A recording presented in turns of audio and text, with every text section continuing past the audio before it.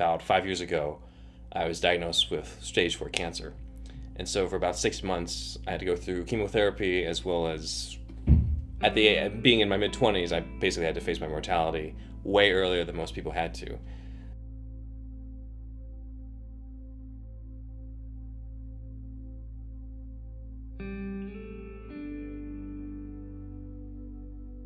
All right, welcome back to episode 10 of Own Today's Show. We've got one of our good friends in the house, Ben Wan. Thanks for joining us, my man.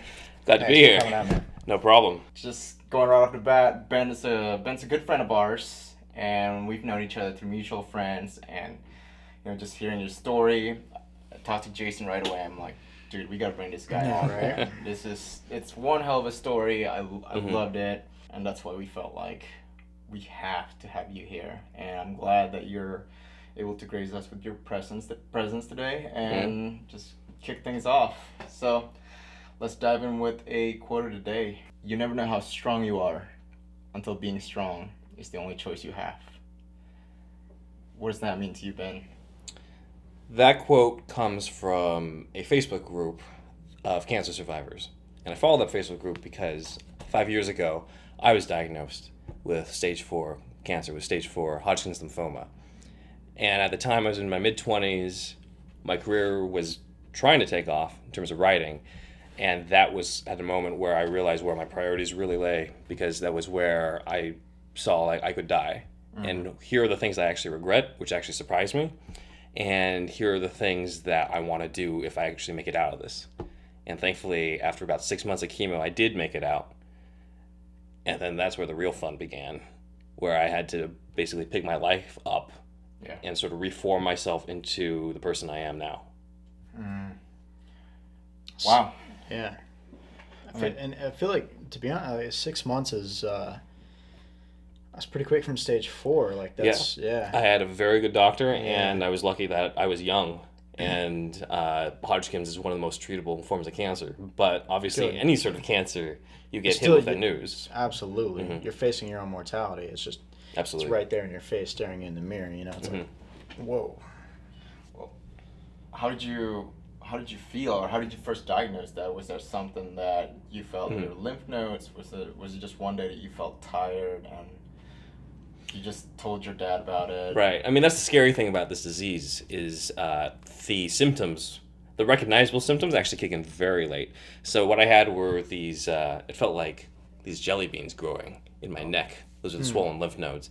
And I told my dad about it, and he's like, well, it's either a malignancy, and he was like, which I doubt given your age, so it's probably an infection. Little did we know. And then it kind of spread to my armpit. And I ended up having this lymph node grow so much that there was like this bump that came out. Like if I raised my hand, it was almost like this tennis ball was growing out. It was like my armpit was pregnant. Holy smokes. Okay. So obviously I show this to people, and they're like, that's not normal. And the doctor's like, let's do a biopsy. Yep. And luckily, my dad being a doctor, we were able to go through his hospital relatively quickly. And I went in for the biopsy surgery. Yeah. And they told me, we'll cut it out. We'll basically cut it out and everything, and we'll let you know. I wake up, and they were pretty gracious enough to let my dad tell me, actually. Oh, that's good. And I wouldn't have had it any other way. He told me, you have Hodgkin's. You have Hodgkin's lymphoma. Your mom already knows. So I thankfully did not have to go through the whole thing of like telling my parents. My parents knew before I woke up. Yeah. And he's like, you're going to have to go through chemotherapy, and you're probably going to be okay. Now, my dad being a doctor, he's seen these cases many times. So he kind of knew, like, okay, he's probably going to be all right.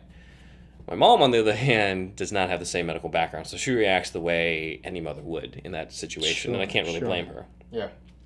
For me, it was mainly the initial shock, and to be quite honest, the first couple of days, it almost felt like, when I was telling people, it was almost like I was telling them I had a fever, or I have the flu, or I have a cold. It was very, like, matter of fact, because the shock hadn't really set in. And I had to tell people at work, too. I was working at this one place where the shifts were... You could be flexible with your shifts and everything, and I had the night shift. And I remember the first time after diagnosis going in for the night shift, and usually the night shift you're alone. Yeah. And at the night shift, I'm just like, yeah, I'm going to switch to day. I can't do this. because it was just me Yeah. in the room with my thoughts at work, and it just wasn't working out. Yeah. And it took maybe, I don't know, about a week or two for it to finally hit me. And it hit me like a fucking freight train, because I remember I was waking up and I was thinking about all the parts of my life that I might not actually get to go to. And I remember just being on the floor, just crying, and just even calling my dad just to have somebody to talk to on that. And it's scary, obviously, and that's when the fear kicked in. And the fear isn't dying so much as like, here are all the things you want to do, and you're not going to get there, or you might not get there. Yeah. So you better hope that chemotherapy or whatever works. We were lucky enough to get a very good oncologist, Dr. Jack Jacob over at Orange Coast Memorial, and he had me go through the whole thing of like, all right, we need to know like how advanced is this? Because we're like, we don't know. He's like, I'm guessing, just off the first appointment, he's like, I'm guessing that this is at least stage 2, and it's been in you for at least a year. Wow. Sheesh. Because the lymph nodes don't get that swollen unless it's been a very long time. Right. Sure. So I'm like, shit, so this whole time I've had it and didn't even know. You didn't feel anything. You don't feel anything other than like, you know, they asked me if I had night sweats, but I'm just like, it's the summer in the valley. Of course I'm going to be sweating in the middle of the night, right? So like that never, the big thing was the lymph nodes. And he says, unfortunately, in most cases, that's how it is. Right. So you have to go through a scan, a PET scan. And what that essentially is you go in and they inject you with radioactive sugar. That radioactive sugar then goes to all the parts that are cancer. Yeah. However, it takes a while for that radiation to set in. So this is the worst part. They have you go into a room. You can't have any contact with electronics. So you're basically in a room that's dark with your own thoughts for about an hour, waiting for the radiation to sink in and waiting to see how advanced your cancer is. Just sitting there the whole time thinking like, okay, Yeah. well, where am I at? Yeah. Yeah. I mean, they play some music. It doesn't help that one of the songs was called "Time to Say Goodbye," but Yeah. Who was in charge of that? exactly. I was like, I want to complain, and I go through the scan, and the scan obviously takes way less time than that. So I'm like, this is kind of ridiculous. Can't they find like something faster? But they scan me from skull to thigh. And then I go to the oncologist maybe like a couple days later. Yeah. And he's like, okay, you have it in your neck, in your armpits, in your chest, in your stomach. You have stage 4A. This is probably as advanced as, I don't know, there's probably more advanced than that, but it's way more advanced than we thought it would be. Yeah. So we aren't even going to do radiation. We're just going to do straight chemotherapy for at least the next 6 months. Yeah. We're going to do it every other week, so that's about 12 sessions. And you're going to have to undergo different changes. You're going to have to see that, your hair, you've seen the symptoms. Your hair falls out. And You're weaker. And to be honest, the first chemo session, I was like, oh, that's not so bad. I was maybe brought down to like feeling like I was at like 70%. Yeah. And I was like, okay, this is not too bad. Stuff tastes a little weird. But then the more you do it, the more just intense it gets and the more sick you feel. And it eventually got to the point where I just couldn't eat because the taste buds warped it so much I felt nauseous. Now you see in a lot of different TV shows or movies, like chemo people going through chemo, they throw up all the time. Luckily they gave me like anti-nausea stuff beforehand when they were giving it to me. Help balance it out. Yeah, and the way that they do it these days, I mean, sometimes they do it through the veins, through the arms, but they didn't want to mess up my veins. Okay. So what they did was they install what's called a portacath, and that's a little device that they install in your chest, which is where these scars come from. Yep, I've seen And that. it's basically a little device thing that has like a needle that goes into one of your veins. I remember it was like Halloween of that year. And I had just gotten that. Somebody tried to call me for a phone interview right when I got out of surgery, and as the anesthesia wore off, I'm just like, I can't keep going with this. Yeah. And I remember just that night feeling this needle that's been in my chest, in my neck, and I can't move my neck without, like, I can't even bend down or anything without screaming. I'm getting poked. Yep. Yeah. So, because I'm in that much pain. But luckily, that's there so that you don't have to, go through the veins. Yeah. So they take this needle and they stick it in your chest, and you sit there for about 3 hours. Luckily, they have free Wi-Fi over in the chemo room, so that I could just like browse around and stuff. But they have I described it once as like this carousel of different like liquids of different IVs. Yeah. They have on rotation. So first is anti-nausea, and then I was on ABVD. I forgot what those stands for, but there's different chemicals for chemo, but they pump you with this chemo, and chemo is essentially a poison. It's designed to kill the cancer cells. Yeah. But there's no medicine that's like so smart that it knows to kill exactly the cancer cells, because this is Hodgkin's. This is a blood cancer, so it's not a tumor where you can just cut it out. Yeah.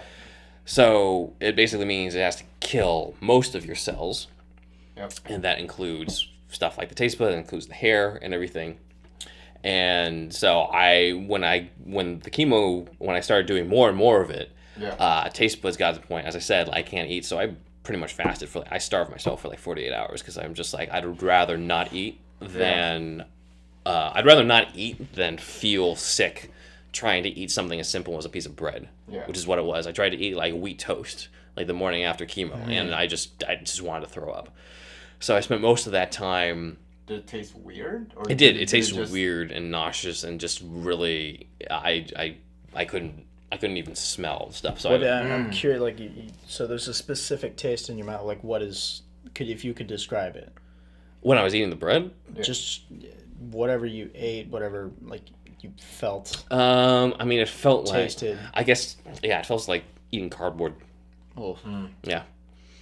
So it removed any of the like taste that you enjoy from it, and it's like you can only feel that you're eating the matter. You know? Okay. So then it's just like, okay, this is not food. Yeah. So I would just lie in bed.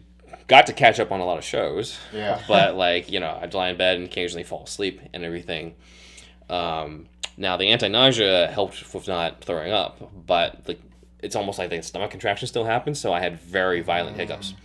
So every now and then I would be just lying in bed and I would shake and everything, because like I couldn't stop like hiccuping and all that. Okay. So those were my weekends. Usually I would have chemo on a Friday, so Sunday would be when I would finally be able to eat, and those dinners were like the best meals ever.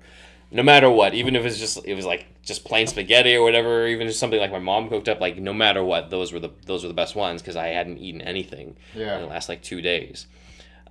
Most of my schedule then was having my day job over in LA, then going to Orange County every other Friday to get chemotherapy treatment, recovering from the chemo over the weekend, then coming back to LA Sunday night. Yeah. And I was also part of the NBC Writers on the Verge program, which met on Tuesday and Thursday nights, so I was trying to incorporate that as well into the schedule at the same time. Yeah. And a lot of the writers there, they had just met me, and I had to tell them, like, the reason why I'm not turning in a lot, I have a very good excuse, guys. Like, the reason why I'm not turning stuff in, is because I have this. And I mean, all of them were fantastic. Yeah. All of them were great and supportive and all that, but I obviously could not keep up with the writing at the same time. I tried to challenge myself, but then eventually, even the people in charge of the program were just like, "Don't try, like don't even bother, just keep it yourself." So most of the time, I was just reading their stuff and giving feedback when I could. And then the hair was definitely thinning and falling out, but it's not as simple as what it looks like on TV or film. Because I just thought like, oh, one morning I'm just gonna wake up and I'm gonna be like Lex Luthor, I'm gonna be like bald and everything. Professor X. Yeah. I wish it was that simple. Like, it was pretty much like every time you take a shower, just like clumps and clumps just come out. Really? And there's this like, okay, it's thinning, but it never like completely came out. And I'm just like, okay, either I shave it all or like get haircuts, but there's no real point getting a haircut because it's like, it just looks really thin. So most of the time I was just in a hat. Yeah. I didn't really get a haircut throughout the whole 6 months. So it got just like really like long, but also weirdly thin at the top. Yeah. And I just remember ever since then, I've never had my hair go to the point where I can feel it on the back of my neck, because that'll bring back like right back around there. Yeah, because that'll bring back like, okay, I remember the last time that the hair was like that. So hair's been short ever since. Yeah. And after about, it was actually a few months in that I had to do another PET scan, so I had to go get injected with radioactive sugar. Yeah. Wait in the room, listen to Time to Say Goodbye Again, and get scanned. Again. Yeah, they had it on rotation. And then they're like, okay, congratulations. It looks like it killed it. I'm like, okay, great. And like, unfortunately, this chemo is like an antibiotic. You can't like just stop cold turkey. We got to kill this thing. Oh. So I pretty much had to continue for the remaining 6 months. How do they wean you off of that? Like, what's the process of weaning somebody off? It's not really weaning it off. It's just giving me this. I got the same full dose each time. Really? Yeah. So it's just like we still got to kill your cells for the next 3 months or so, or 4 months, or however many months. I forgot the timeline on that. But it was towards the end where they're just like, okay, around like April 2013, they're like, okay, we're gonna have you go through another one, and we'll see if we can finish chemo. Mm-hmm. And we all have a good feeling about this because it was died like months ago. So it's got to be like dead by now. So go in, get another PET scan, hear Time to Say Goodbye, except this time I'm just like, goodbye to chemo, goodbye to cancer. There you go. Get the scan, and then I get the all clear. And I remember the first few years afterwards, the beginning of April, I always saw was like my rebirth day. You had my birthday, the day I was born, and then I had my rebirth day where like I was cleared of cancer, where I was like, I got to begin anew. Wow. So that's the story. That's powerful, man. I'm really, really glad that you shared that with us, because I didn't know the whole journey of what was going on. Mm-hmm. And I love that it's just so much about you, your character, and your strength just from the beginning all the way till the end. Thanks. So a lot of things that I want to dive in is, of course, what's your mentality like going into it? It's kind of like going to a battle. Right, but yeah. Before we go into that, tell us more about your childhood. Tell us more about where you started. Pre-cancer. Tell us about how you were growing up. Right. Well, as I said before, my dad was a doctor. Pretty typical, Asian family thing. Yeah. I never wanted to be. And the reason why is because when I was growing up as a kid, I remember once I had a nightmare in the middle of the night. Mm-hmm. And my dad came and covered me. He slept in the bed. And I woke up again a little later, and he wasn't there. And then I hear the garage door opening. And mind you, I was like 2 years old or whatever. But I like run to the window, and I see him leaving in the middle of the night. And I just remember crying because I didn't want him to leave. And I told my mom that. And my mom's like, well, your father has to go to work. He's a doctor. He's got to go to the hospital. And I pretty much even at like that young of an age, I'm just like, I don't want to do that to anybody. And then like, look, like I love my dad. He had to do what he had to do. I understand it. But as a kid growing up, I didn't really get to see him as often as we had hoped. Yeah. As any other child. Now I'm grateful that he's, I had him in my life. Yeah. He's still around now and everything. So like, I can't complain. But it did create some distance between us in terms of how much we talk about things because of the fact that he wasn't there. But the reason why he wasn't there, of course, is that he was doing his job. He was saving lives. He was putting food on the table. So it's one of those things where like I can't really resent him, but you also can't deny the truth of the side effects, the consequences of that. Sure. Yeah. Right. So in the meantime, my mom was the one who mainly raised me. Mm-hmm. And that also comes, again, love my mom, but also comes with a few ups and downs because you don't really get much of a male role model in your life. I was an only child, so I didn't have like an older brother to look up to. I didn't have a younger brother to, make sure that I had to step up. And I'm also a third generation Chinese American. So what that basically means is that it was our grandparents who came here. My parents don't know the language. I don't know the language. I don't know Mandarin or Cantonese. But there's almost a split between like traditional, like the stereotypical Asian family stuff that I went through and the non-stereotypical Asian family stuff. Yeah. So non-stereotypical stuff, like they didn't mind that I didn't want to be a doctor or anything. They just wanted to make sure that whatever I wanted to do, I could like make a living off of that. Yeah. And you're good, you're passionate about it. Yeah, as long as you're happy and you can make money off of it, it's cool. So I'm like, okay, that's good. I didn't have to live with that. Even when I took piano lessons, because like I wanted to play the piano when I was a kid, and my mom let me play whatever I wanted. So I played like movie music. I didn't play like Chopin or anything. I like played Star Wars. Could have been a composer, huh? Yeah, maybe.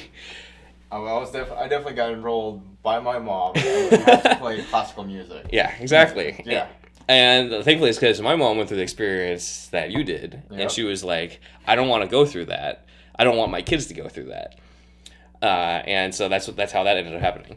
In terms of the stereotypical stuff, I mean, even the grade stuff wasn't even that much. But in terms of stereotypical stuff, the biggest thing I think was just the priority of your work and your schoolwork, and that's it. Any sort of social stuff is always going to be on the back burner.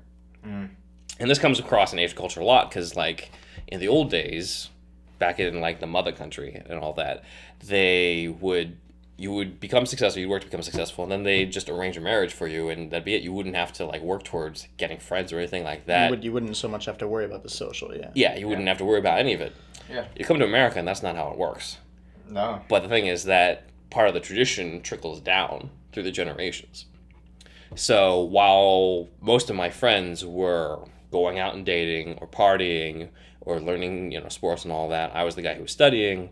I was the guy who was watching movies. I was the guy who was like trying to figure out like what my stories were. And that has its ups and downs too, because on the one hand it means that I got very good at my writing.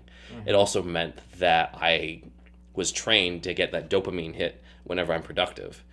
And that gave me the work ethic. The big downside is that socially I'm like behind then, because like I don't go to parties, I don't drink when I go to college, you know what I mean? Like I don't date or anything. I think there's a beauty in that because productiveness is much harder to come by than being social, right? Or acquiring the skill set to be social, right? So I wouldn't say you're necessarily behind. I think you're ahead of the curve as far as most people. That's just my personal opinion, So like, I'd like to think so. Yeah. Well, it's also because I'm mainly speaking about where I was in like high school and college. Okay. So, but my main experience was like, yes, I'm like getting good grades. Yes, I'm on my way going to good college. I got into USC screenwriting program, which only takes like 26 students each year. So I was, as one of the 26, I was very happy going to that film school, screenwriting. But some part of me was always like, I don't feel like I fit in anywhere. Because I'm not as nerdy as the nerds. I'm not as athletic as the jocks. I'm not as good looking as the popular kids. So I'm just like, I don't know where I fit in. I'm kind of my own thing. Is how I always sort of felt. So it's a great thing of its own. It's a great thing of its own, but it's also, it's like, it's a good and bad thing. All these things are good and bad things. Because in the mind of an 18-year-old, college freshman, you're kind of like, well, shit, I thought everything was going to change when I got to college, and now I feel like I did during high school. It's almost like it's the end of the world when you know it's not. Right. So you're going through all these things. I thought I was going to leave all that behind. Yeah. Exactly. So I get to college, I'm just like, okay, things haven't quite changed. After college, obviously, your main focus is to try to get a job and everything. And again, I'm spending most of my nights writing. I'm spending most of my time either watching TV or watching movies and like talking to people about movies and TV, and people who I hang out with are other dudes or my platonic female friends, most of whom I don't, I luckily don't have any like other feelings towards. I'm usually just like cool with chilling with them. But I'm also like, I'm not partying. I'm not dating anybody, and it's like I didn't want to go out and be around those people, but I also was lonely at the same time. Okay. So we're going to bring this back to, I'm sure, the cancer stuff. Right. Because, So when that happened, so you were going through college, you went through the whole thing, you felt the loneliness, you felt like, in a way, disempowered. Then all of a sudden, after going through college and finishing, you got diagnosed with cancer. What were some of those regrets? What were some of those feelings that kind of went through you and took you over? Did any of that change for you, like as far as wanting to go out or feeling lonely and those different aspects? I mean, I had like, it was the feeling of like I want to do more, but then like I didn't really have anybody pushing me. I didn't know how to push myself. I didn't really know how to change that part of me. Gotcha. So once the cancer hit, then that's when things start changing. Because then I'm just like, shit, like I'm basically dying a virgin at this point. Like, I haven't even been on a date, I haven't kissed a girl or anything like that. I'm going to die. That was probably one of the biggest things. Because it's just like, instead of like actually going out and doing stuff, you spent most of your Friday nights crying yourself to sleep out of loneliness and thinking that somebody from up above was going to change things for you, and you were wrong. Right. So those were the biggest things. And it surprised me too, because I was so focused on the career stuff. I thought I'd be like, oh, you know, crying over like I'm not going to like make it into writing, and that never actually happened. I was never that sad about like, oh, I'm not going to like, you know, maybe I won't like actually produce something. That wasn't it. It was all about personal life. It was all about the loneliness. It was all about, you know, feeling like I hadn't quite fulfilled this end of the deal, the personal life stuff, and I was never going to get there, and I was pretty much going to die alone, even though, yeah, I had friends and I had the support of family, but I didn't have that other thing that I felt that other people had, and that's why I was finding myself crying myself on the bathroom floor that one morning, where I'm just like, you're pretty much going to die a virgin, and you don't have any other choice unless you beat this thing. Yeah. So did that become a source of regret, or did that become a source of motivation to keep going? Through chemo? It's a bit of both. Okay. It was a bit of both. I mean, for chemo, it's like, I mean, I had to... There was no point in which I'm just like, I'm going to give up treatment or anything like that. Like, I knew I had to beat this thing. I knew I had to get through it. Good. Right. The whole, like, I'm gonna change my life. Yeah. That part started sort of kicking in halfway through when I was getting, like, chemo was getting more and more miserable. And, you know, when you're alone, when you feel like you're dying, you get to know yourself very well. And then you see that, like, okay, here are the things that I should have done.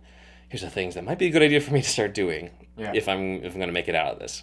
Yeah. So I started making a list of, like, it was my own, like, bucket list. Love that. Except it is, like, bucket list from a guy who was almost there, who almost, like, fell off that cliff. I'm like, okay, here's what I actually want to do. And obviously the number one thing was, like, improve the social life. And as I said, like, I still have friends. I still have friends from the time before cancer, so it's not to diss them, but it was also, like, there was an emptiness there. Yeah. Towards mainly, like, dating stuff, as well as just feeling like I wasn't quite the person that I wanted to be. I wasn't quite the person who would stand up for myself, or be assertive, or be somebody who people like, hey, you know, Ben's somebody we should, like, hang out with. Like, I never got that feeling. So Which I think is interesting that you say that, because you're telling a story, and you're telling us, like, you always knew, like, you never felt a doubt about the writing. You never felt like you going through chemo. You're like, there was never a time where I knew I didn't want to do this, like, go through it. So now you're saying, like, almost the opposite, which is super interesting to me.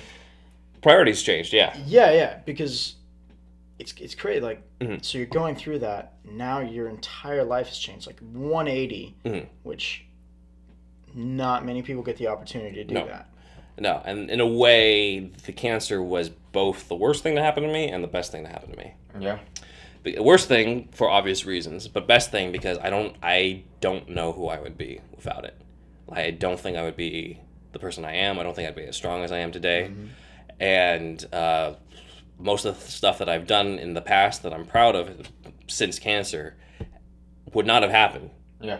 Like, if I didn't have cancer, I would have gone the same path that I was. I would have maybe gotten the writing gigs a little earlier because I would have had more time to write all that. And I would have maybe, you know, had a career in that. But, like, I'm telling you, I don't think the social stuff would have improved. Yeah. I don't think my own self-development would have improved. So then I would still, like, it would have been easier. It would have been a hell of a lot easier for me to not have cancer, but it wouldn't be as fulfilling. Yeah, and that goes a long way when you're labeling something positive or negative, right? Some people don't know if this whole negative thing is really a negative. Like, for example, you have your cancer. 99 out of 100 people view that as negative. Right. But then talk to you now and see how you are. It's probably the best thing that's ever happened to you. Right. I mean, if I could go take a time machine and go back to that 20-something-year-old me, who's recovering from chemo, and I told him all the stuff that I would end up doing afterwards, he wouldn't believe me at all. He wouldn't believe, like, really? Like, you don't do that stuff? And I'm like, you will.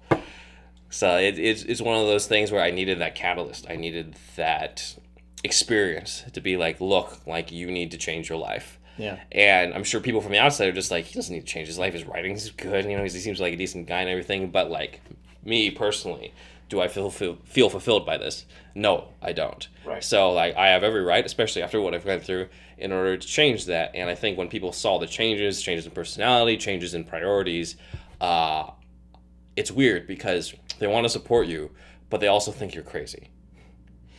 Because you're not the same guy as you were last. You're not the guy they were friends with. But I think, like, personally, I would view it as like, okay, he's going through this now. We know he's going through this.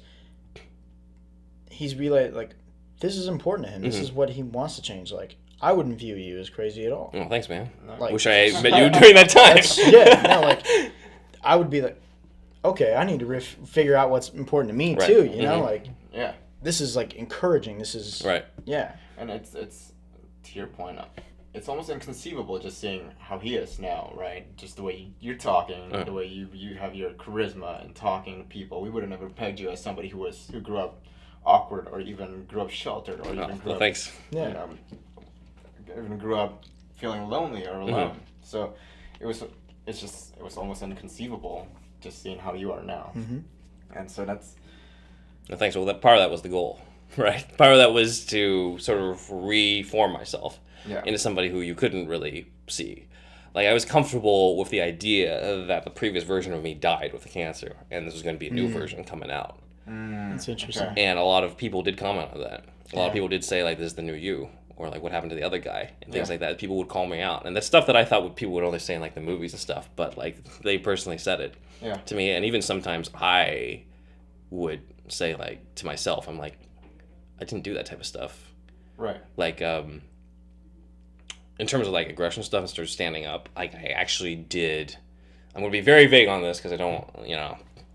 But there was an incident at work that other people were, my coworkers were very afraid of this one person who seemed to be harassing them all the time. Okay. So I was the one who went to the boss and said, this is what's going to happen. This is not going to work out. And the boss fired that person that day. Wow. And I was like, okay, beforehand I was not the type of person to get somebody fired, but I'm that guy now. Like, there's been so many days where I'm just like, all right, I'm that guy now. Like, it's stuff I'd never done. Yeah, absolutely. You know? But like beforehand, would not have done a single thing. I would have just been like, oh, it sucks. Yeah. And then I would just gone back to work and just be like, oh crap, that person again and whatever. And you'd be kind of bitter about it when you go home or something. Exactly, and then hold on to the bitterness. Like, it would have led into so much more, so much more crap. But because I knew, okay, I'm not going to be that person anymore. I'm going to stand up for myself. I'm going to stand up for these other people I care about. And this is affecting workflow. I got to say something.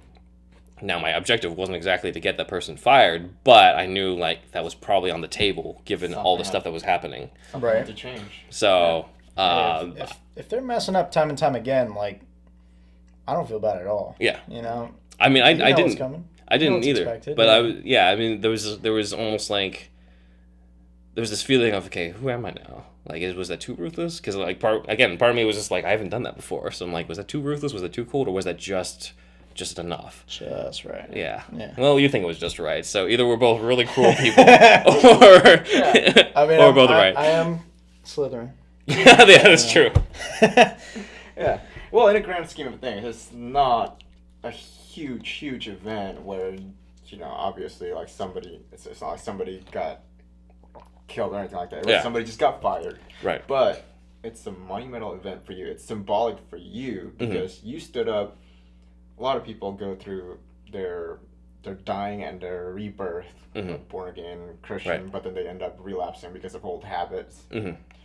But you made a stand, and it was almost the symbol of turning things around. And you now are on with your new life, your new person, your rebirth of who you are. And I think that's huge. Yeah. Because I don't know if it makes you feel any better, like that person that got fired. Maybe that was the catalyst to get them back on the right track. I mean, honestly, too, I hope so. Yeah. I hope that person didn't suddenly just be like, fuck everything, and just like, decided like their life was in shambles and complained to everybody. Like, I hope that person was like, well, a janitor at high school. Yeah, exactly. I'm hoping that person was just like, hey, like, I messed up. I should not probably stop doing that. and hopefully that person is in a much better spot than they were back then. Hopefully. It'll give them time to reflect on themselves. Much, much like the time that you have lull, while it was during your chemo or anything like that. I'm sure you did a lot of self-reflection. What you did was essentially give him the opportunity to do the same. Yeah. And give him time to reflect. Now, I don't know how he turned out, hopefully for better. Hopefully, We don't know that. Have not kept in touch. Yeah. For obvious reasons. He hasn't requested you on Facebook yet. No. As a friend, so... Yeah, I mean, we can... In a way, you did him a favor. So That's a good way to spin it. Yeah, I think that's great, man. What are some things... share a couple of things you've done now since you've beaten chemo that was on your bucket list that you've achieved, that you've totally crushed. Different adventures, honestly. Like being more adventurous and not feeling like skydiving. That was on the bucket list. Nice. I did it maybe 2 years after the remission. Okay. So that was on the bucket list. And then you really get to see how adventurous your friends are. Because I had a few who were just like, yeah, I don't think I can do it. And then I had a few others who were just like, yeah, I'm down. Done, let's do it. So like we had to drive like 2 hours north or so just to get to this one area. And the first time we went, it started raining, and they're just like, sorry, we can't do it. And I'm no. like, damn it. So I had to come back the weekend after in order to finally do it, because I remember throughout my whole life being scared of heights, being scared of like the roller coaster thing, and I'm just like, how insane would it be if I jumped out of a plane? Yeah. Right? Yeah. Ultimate height. Yeah. I'm just like, that's gonna be something else. So I just remember being oddly calm about it until I'm in the plane, and I'm realizing that the only way I'm getting off this plane is jumping off. Not with a plane landing, because if you decide not to do it, you still have to pay them, right? Of course. Yeah, so it's not with the plane landing, it's when you jump out. I'm just like, crap. And so luckily when it's tandem like that, because every single time that you're a first timer, it's tandem. Yeah. It's the guy who's strapped to you who calls out when to do it. Yeah. So I remember looking out of the plane. I'm just like, oh, what an amazing! Oh shit! Because like he was the one who decided when to jump out. Yeah. He doesn't want to give you an opportunity to push back. Exactly. You know, it's like if they left it up to us, we'd be like, oh shit. Oh yeah. You know? Majority of people just like, nah, screw this. I'm going back. So, yeah. No. natural Totally. instinct. Yeah. We're human beings. We've never been this high before. We'd stop. We shouldn't do this. Yeah. So yeah, I remember too. I was like on the parachute. The parachute had come out, and I had like held on to something, and he's like, "Don't hold." He was like, "Don't you dare hold on to that, because if you pull the wrong strap, we're both dead." I'm just like, that's reassuring. So, but I remember the most beautiful moment for me was just like when the parachute was up, and you just start floating above everything, and then that's when I was just like, okay, this is one of those moments where I'm grateful I survived. I'm grateful I'm alive. This is where I get to feel like I'm flying. Because you are. Like, all those dreams where you feel like you're flying, skydiving, when you're in the parachute and you're just looking at everything, that's the closest Floating thing. around, yeah. That's the closest thing that you'll ever get to that. And so I'm awesome. grateful I was able to do that. So, yeah, more adventure was one of the things. Another big thing, obviously, was, like, health-wise. I'm just like, some things are going to have to change, because I had cancer. Like, I was screwing something up somewhere. Yeah. But, like, I always had wanted to be more fit. I was never... I mean, to preface this, I was never that athletic as a kid. I was never really that interested in sports like soccer or like football. Plus, like, given my size, I wasn't really like, okay, I'm not going to be a football player. I was a swimmer for a while, but in high school, I didn't do any sports. I was part of the marching band. So, like, go figure. So, depending on what instrument you're playing, that could be a sport, you know? Yeah. Oh, I'm glad you see it that way. You know? Go tell that to, the 15-year-old kids at high school. They don't see it the same way.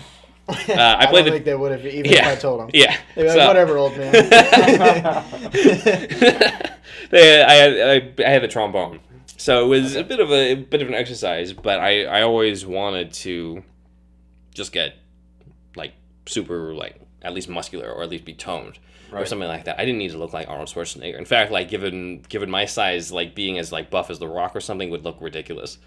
So I'd look like it's just this giant like midget or whatever. Like, it actually makes you look shorter if you're like the shorter you are and muscular you are. Like, it actually makes you look shorter. Yeah. So like you got to have like a nice sort of like lean but still like enough muscle to it. Yep. So I will always want to do that, and because I had like yo-yoed a lot. I was like one of the few freshmen in college. Instead of the freshman 15 to gain, I was like the freshman negative 15. Like Really? I didn't like how I looked when I got to college. I was just like, I don't know. Like I feel like I'm like too flabby in the cheeks, and so I lost 15 pounds just from just like eating salads at like the food bar. And mind you, this was like college food, so these were terrible salads. Yeah. But Looking like back on it, you're like, why? why did it? But I lost the 15 pounds.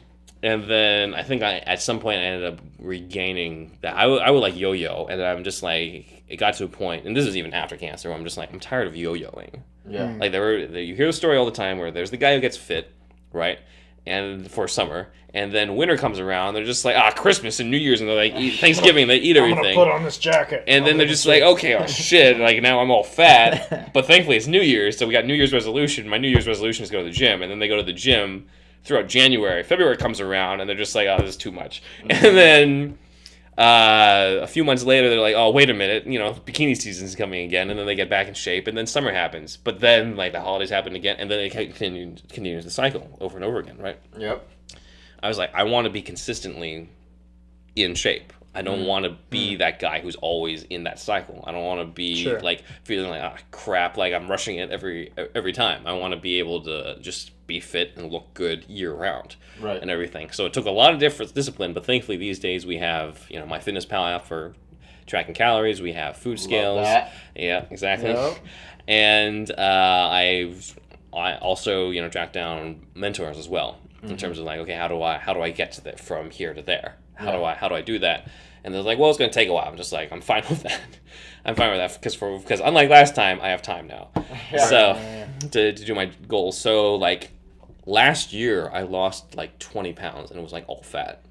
Wow! Congrats, and man. It was just That's thanks, awesome. man. Yeah, and it was. What'd you do differently? It was the keto diet that you guys talked about in your podcast. I couldn't do it. Exactly. Not yet. I love my potatoes too much. I mean, I love potatoes too, but here's the thing. I ended up appreciating potatoes even more because I only could have them once a week. Mm-hmm. That's fair. So, what about beer? See, I was never that much of a drinker anyway, so like I'm fine getting rid of that.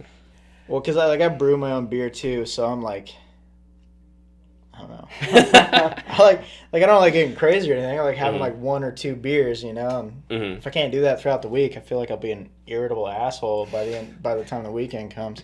Well, you're thinking about what you're losing right now, but what you could be gaining is that shredded 6-pack. Right. I mean, it's the whole like. I am bound and determined to get a shredded 6-pack while being able to drink beer. I can drink beer. While shotgunning a keg. I will figure this out. I kind of saw it as like do stuff that your future self is going to thank you for. Right. Because when I was on the deathbed, I was just like, there's a shit ton of stuff that I wish I could have done. And if I could go back in time and slap the shit out of like past me and to get him to do stuff, my life would be, I would at least feel more fulfilled right now. I wouldn't be going through this stuff. Yeah. So I kind of use that now to be like, okay, I'm going through this pain period where I'm really craving those potatoes or the chocolate or whatever. But I also have the highs of I'm losing weight, I'm looking better. People are saying that I look better and all of that. I'm getting, better pictures of myself, getting better responses from, girls I'm interested in, things like that. Yep. And I remember, because I did DEXA scans for, how much fat loss I had. And the first DEXA scan I had, I was at like 22% body fat or whatever. And then maybe like 6 months later, I went in and I was at 10.8. Jeez. And the person working at the DEXA scanner was like, okay, you did something that I tell most people they can't do. And that's empowering. Yeah. And I'm just like, all those months of torture Yeah. was worth you saying that thing. It was worth you saying you did something no one else could do. And that's what I want to keep doing. I want to be able to keep doing fair. that. I like the way you put that. I do. I might give up some beer. Just, yeah. And then obviously, I talked beforehand about loneliness and dating stuff. I sort of reached out to people who had similar problems with me. And we sort of kind of gauged, all right, like what stuff do you not have experience in?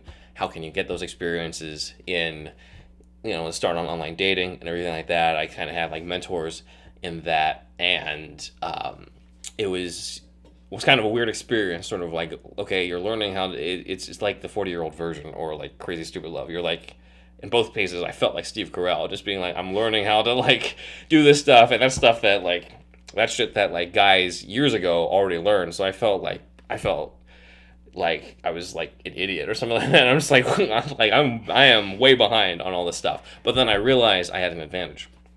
I had an advantage because, most guys who learn, like, okay, you know, they're able to, like, talk to girls better during, like, high school, and they're popular during college or whatever, and they you know, lose their virginity and they get their girlfriends or whatever. They take for granted, like, that's their life. Yep. Mm-hmm. I had the opposite because I was on that deathbed thinking, like, shit, I never got on that stuff. So I had more fire in me than most of those guys, to the point where I was swiping like a madman, like probably like 3 more times, you know, on Twitter or something, more than anyone else, because, like, I'm just like, I came from loneliness, I came from nothing, like, anything goes right now. But, you know, obviously I have standards. But, like, to kind of speak to your advantage, like you were talking about. Mm-hmm. So, you know, growing up, maybe certain guys do things earlier. Mm-hmm. However, does that mean that they really know more? Not necessarily, Exactly. because there's different maturity levels as you're going through these progressions. Mm-hmm. Yeah. So now, where we're at in our lives, in our stage, Mm-hmm. like, people are looking for certain things, like, that are different than you were as a teenager or as you just go to college. Like, to speak to your advantage, Mm-hmm. you're learning what you need to know at a from mature, there to here. at a mature age, yeah. Yeah. Which is way better than learning something and having to relearn something. Exactly. Now, it took, you know, like a quarter of a century of pain in order to get there, but, like, there's no, you can't really go through life without that. You can't really go through life without the pain. So everybody goes through the different things. It went to me from being a curse to being a blessing. And I had the drive in order to improve myself, to sort of figure out, okay, what's a better haircut on me? And then I was, you know, fitness-wise, I had a better look. What are better, like, most of the clothes I was wearing during the time I had cancer, I don't wear anymore. Like, my wardrobe is completely different. Right. From top to bottom. Even down to, like, the belts and the shoes. Yeah. Like, everything is just completely changed. And obviously now I'm in a much better state. I don't feel that loneliness anymore. I already, you know, I had dates, kissed girls, lost virginity, like all that stuff. I had the experience that everybody, that I can take off the bucket list, as well as say, like, you know, I feel more like a normal 20-something. Mm-hmm. Sure. Off of that. And I think that's a huge advantage, just because I know personally a lot of people who were, quote unquote, good with girls back in the younger days, and they peaked right there. Mm-hmm. And some of them are just, you know, back at home and not doing much with their lives. And while you're out getting it, man, you're hustling. Right. Stud I had muffin. to. Yeah. I mean, it's like you take a hypothetical friend of mine who may have been, like, popular in college or what, he was the jock and all that, and he just thinks, oh, it's always going to be like this. And then you take me and where we're at now, and suddenly, like, yeah, like, back then he was, you know, maybe funnier than me, more attracted to girls and all that, but he doesn't develop himself. He just stays where he was he doesn't develop it from when he was 15. But then you take me, and I develop everything from the ground up. Yeah. Mm-hmm. Eventually, I catch up to him. And then eventually... Surpass. Eventually, I surpass. And suddenly, that hypothetical friend's coming to me for fitness advice. Yep. That hypothetical friend's coming to me for advice on girls. Mm-hmm. And suddenly, the tables have completely turned, because I've learned to hustle through it. Yep. On something that he took for granted. Mm-hmm. Yep. Dude, love that, man. All about that hustle. Yeah. Exactly. It's a testimony of how hard you work. It's a testimony of you just wanting to go out there and hustle. Yeah. That's I mean, not, that is... not even just on, like work stuff. Like, I haven't even talked about you work hustle stuff. on Yeah. the work stuff, but, like, just on your personal game, on self-development, which that's I feel like that's even more key than just work. Yeah, Yeah. exactly. Because, like, there's no point in me working 40 hours plus a week, 4 hours plus hours a week on stuff and getting a paycheck if I'm not actually happy. Yeah. That turned out to be the most important priority. Yeah. Especially when you're, as I said, those deathbed regrets Yeah. drive me a lot. And I knew what I disliked about my life, and I knew that could not be the priority. Even writing could not be the priority anymore. As much as I like it, I am comfortable with the fact that a lot of my peers are further ahead than me in their writing than me. They've gone on to get produced episodes and all that. I haven't, but I was like, hey, not all of them went through cancer Yep. in the past few years, and I haven't been writing as much as them because I was working on my own stuff. But you have a more unique story. Exactly. Yeah. And I'm also like, I can write better when my life gives me material to write on. Yep. So if I don't even have that material, what am I going to write about? I'm just going to be copying some other movies and TV shows. So in a way, I'm just like, I am completely fine with delaying me breaking into the industry by a few years if it means me gaining more material to write about or me feeling more fulfilled And by then the time I when get you there. have that breakthrough, that is like a substantial breakthrough. Yeah. You Even know, more. you're gonna have hit after hit after hit, you know. So I feel you. Yeah, exactly. Love that, man. Love that. Last couple questions, man, Sure. that I want to bring up. So, what are some things you're working on right now? What are some goals that you're working towards right now? Well, we mentioned the writing thing. It's funny because I talked about like I'm okay like putting the writing thing on the back burner. One of the things is I am working on breaking into TV writing, but one of the things that happened on the side was that I got a book published this year. So this Nice. is the Phantasm box set, and it's pretty much the 5-movie collection of an independent horror franchise directed by Don Coscarelli. And in it are 5 movies as well as a little booklet called The Phantasm Compendium, which is written by me. Look at that. And it's a bunch of interviews with the cast members, and this actually happened before and after cancer.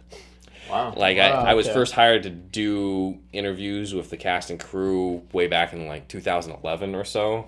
And then I remember just delaying it and just calling up the director of this and being like, yeah, there's a reason why I can't, like, keep doing these right now. And then afterwards, like, restarting it. And originally it was supposed to be published online. Yeah.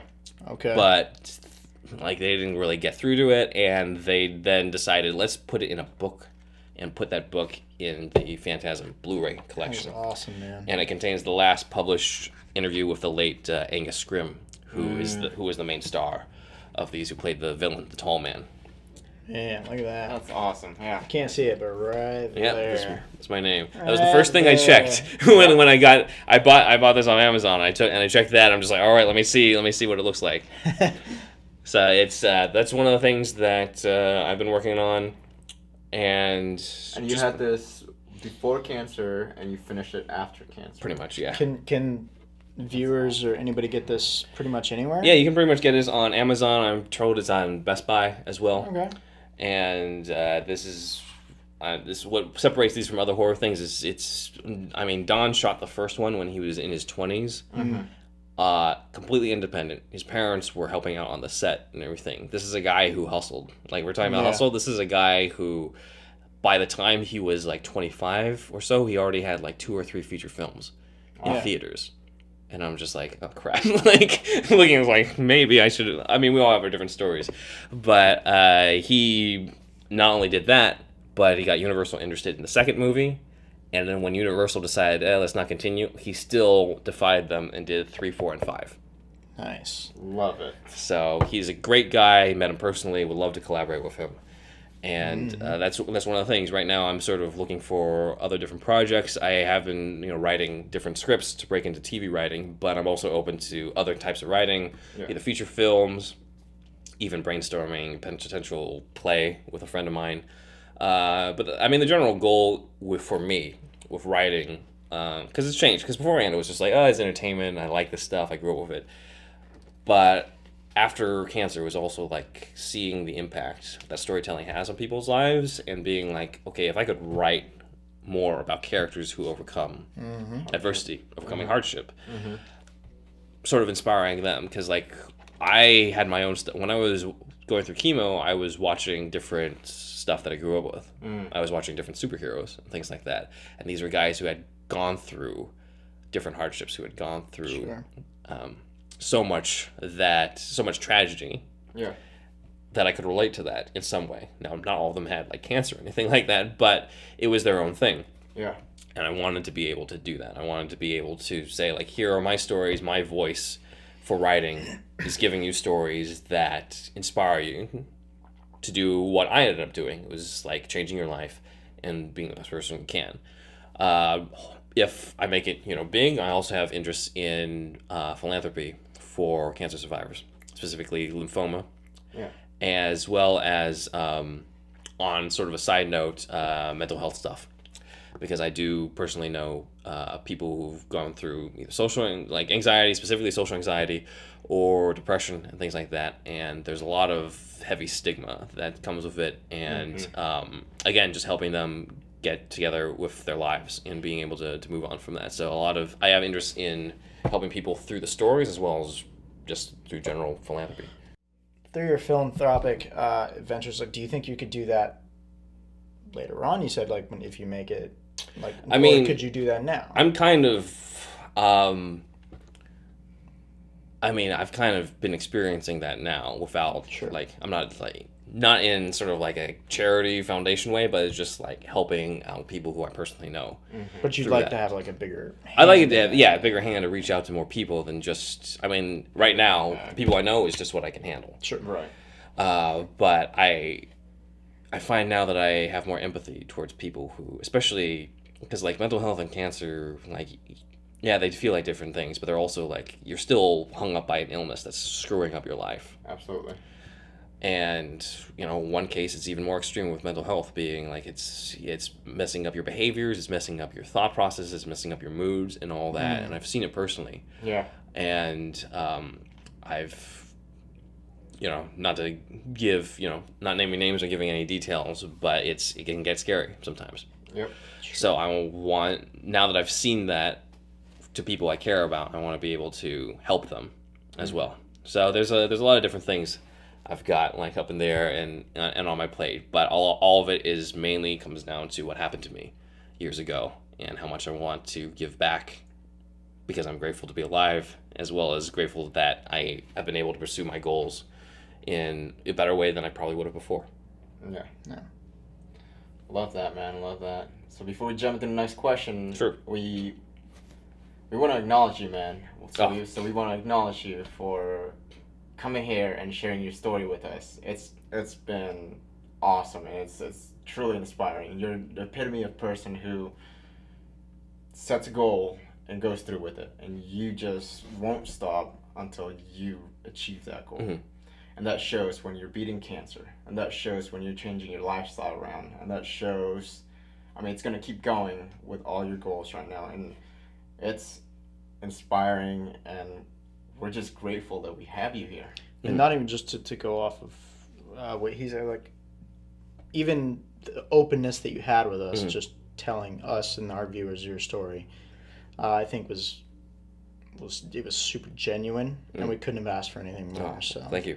Yeah. It's definitely a case where if I don't share this, then what was the point of going through it?